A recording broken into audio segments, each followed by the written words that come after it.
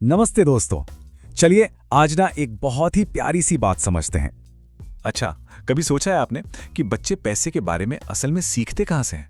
क्या स्कूल से, किताबों से या कहीं और से? चलिए आज इसी राज को समझते हैं। आप देखिए, बच्चे ना एक छोटे से स्पंज की तरह होते हैं। वो हमारी बातें कम सुनते हैं पर हमारी आदतें वो पूरी की पूरी कॉपी कर लेते हैं। हम जैसा करते हैं ना वो बिल्कुल वैसा ही करने की कोशिश करते हैं। अच्छा दोस्तों, चलिए अब एक ऐसी आम गलती के बारे में बात करते हैं जो हम में से कई लोग अक्सर प्यार में कर बैठते हैं। और देखिए, ये सारी सोच आती तो प्यार से ही है, जो कि बहुत अच्छी बात है। पर होता क्या है ना कि इसी प्यार में हम उन्हें एक बहुत जरूरी सबक सिखाना शायद भूल जाते हैं। अब जरा सोचिए, जब हम बच्चों को बिना सोचे समझे चीजें देते जाते हैं तो होता क्या है? वो और ज्यादा की उम्मीद करने लगते हैं, लेकिन जो चीजें मिली हैं उनकी कदर कम हो जाती है ना? जैसे नया खिलौना तो मिल गया, पर उसकी देखभाल करना, उसे संभाल कर रखना, वो शायद उन्होंने नहीं सीखा। तो फिर इसका सही तरीका क्या है? चलिए एक नया और बहुत आसान तरीका देखते हैं। ठीक वैसे ही जैसे कोई अच्छी सी टीचर हमें कोई मुश्किल सवाल हल करने का सबसे आसान रास्ता बताती है ना? चलिए इस स्लाइड को ना जरा धीरे धीरे समझते हैं। ये बच्चे की परवरिश के दो बिल्कुल अलग अलग रास्ते हैं। आप देखिए, एक तरफ है हमारी पुरानी सोच कि भाई जो मांगे वो दे दो, उन्हें कोई तकलीफ नहीं होनी चाहिए। और दूसरी तरफ है ये नई सोच, जहां हम उन्हें पैसे की कीमत सिखाते हैं, उन्हें इंतजार करना सिखाते हैं और मेहनत करना भी।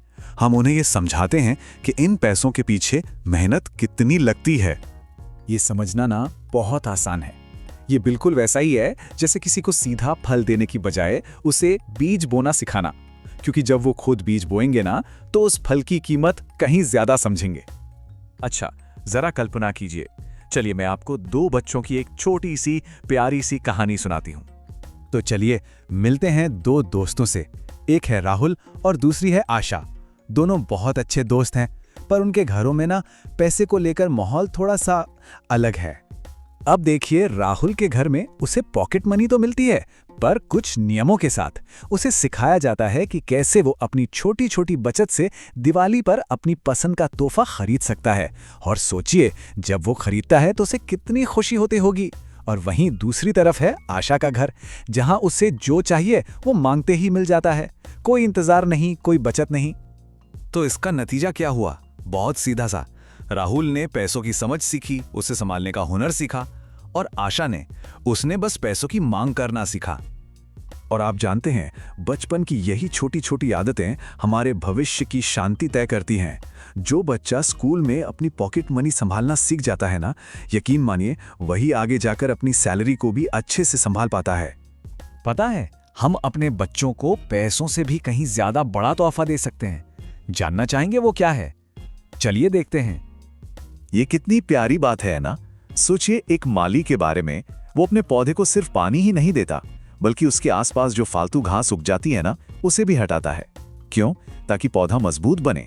बिल्कुल वैसे ही हमारे बच्चों को प्यार के साथ साथ अनुशासन की भी उतनी ही जरूरत होती है।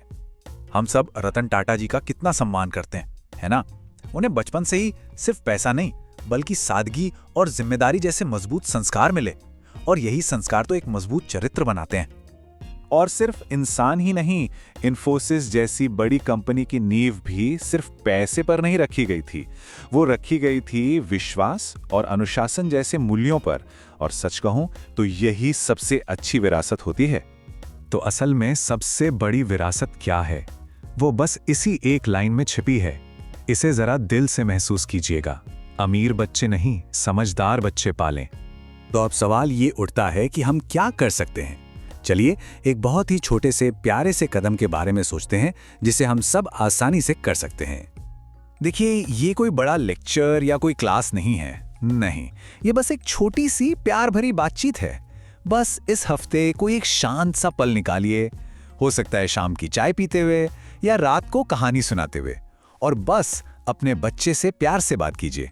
उन्हें बताइए कि पैसा कहाँ से आता है और हम उसे जरूरी चीजों पर कैसे इस्तेमाल करते हैं। बस इतनी सी बात। तो दोस्तों, हमेशा याद रखिएगा, रोज की ये छोटी छोटी सीख ही एक दिन बड़ी सफलता की वजह बनती है। अपना खूब ध्यान रखिएगा।